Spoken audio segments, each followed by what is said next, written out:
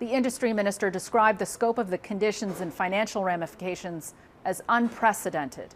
There are 21 conditions for the deal, including that Rogers must establish a Western headquarters in Calgary and create 3,000 jobs in Western Canada for at least a decade.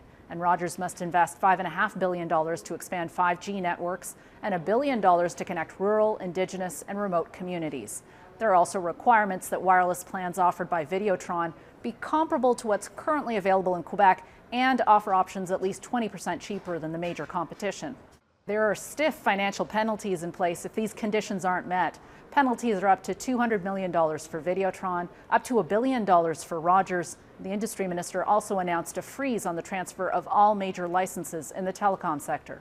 I want to be clear with everyone that I will ensure that a new fourth national player can go toe-to-toe with the big three and actually drive down prices.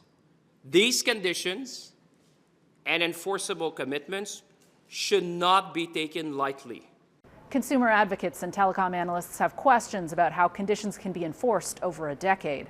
We're talking about a 10-year horizon. We don't even know who's going to be in the government at that stage, much less what the environment will look like. Rogers, Shaw, and Quebecor, which owns Videotron, expect the deal to close by April 7th. The companies issued a statement saying they plan to close the pro-competitive transactions expeditiously. Alberta's Shaw family controls both Shaw Communications and Corus Entertainment, the parent company of Global News. Gaviola, Global News, Toronto.